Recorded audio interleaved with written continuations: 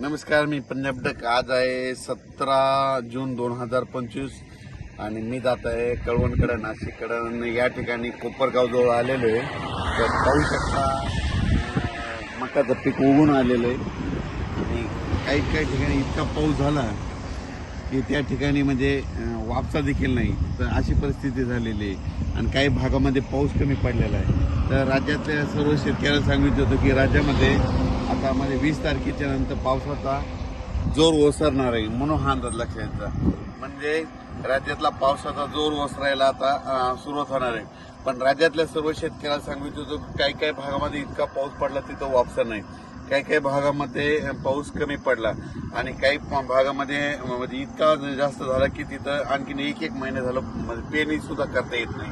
पण राज्यात मात्र सर्व शेतकऱ्याला सांगितलं ज्यांची पेरणी झाली त्यांच्या झाल्या, ज्यांच्या राहिलं तर त्यांना जूनच्या शेवटच्या आठवड्यात एक चांगला पाऊस येणार आहे, म्हणून हा लक्षात येतं. म्हणजे 27 जूनच्या नंतर राज्यामध्ये जूनच्या शेवटच्या आठवड्यात नंतर एक मोठा पाऊस येईल. मग त्याच्यात मात्र राज्यातल्या सर्व शेतकऱ्यांच्या राहिलेल्या सगळ्या पेरण्या होणार आहेत, म्हणून हा अंदाज लक्षात येतं.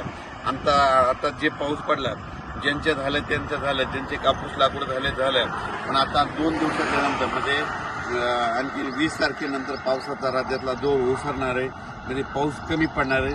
तसा पाऊस थोडा चालूच राहणार आहे. स्थानिक वातावरण तयार होऊन पाऊस राहील.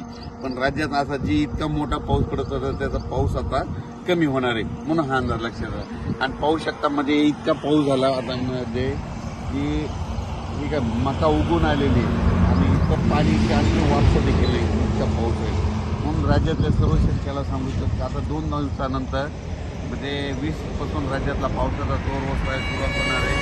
जास्त खूप काही म्हणजे आता राज्यात जास्त पडणार नाही.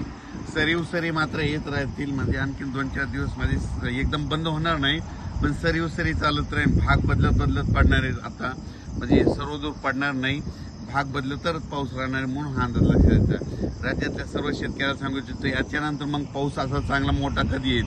राज्यात सर्वदूरचा पाऊस आता जूनच्या शेवटच्या आठवड्यात म्हणजे 27 जूनच्या 2 जुलैच्या दरम्यान म्हणजे जूनचा शेवटचा आठवडा आणि जुलैचा पहिला आठवडा म्हणजे त्याच्यात मग मोठा पाऊस येणार आहे. आणि मग त्याच्यामध्ये संपूर्ण राज्यातील राहिलेल्याची सगळ्याची पेरणी होऊन जाईल, म्हणून हा अंदाज लक्षात येतं. ज्यांच्या जमिनीत ओल असेल तर तुम्ही तुमचा निर्णय स्वतः घ्या.